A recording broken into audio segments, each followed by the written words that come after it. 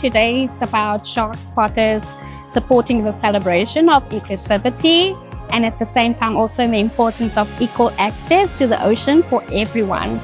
And so our responsibility here today and what we are doing here today is giving individuals of all abilities the opportunity to engage on our experiential hands-on learning education activities that we have here today, incorporating science experiments, science demonstration experiments, as well as art and craft, but also showcasing the importance of the ocean and why we need to protect sharks as well as ocean conservation.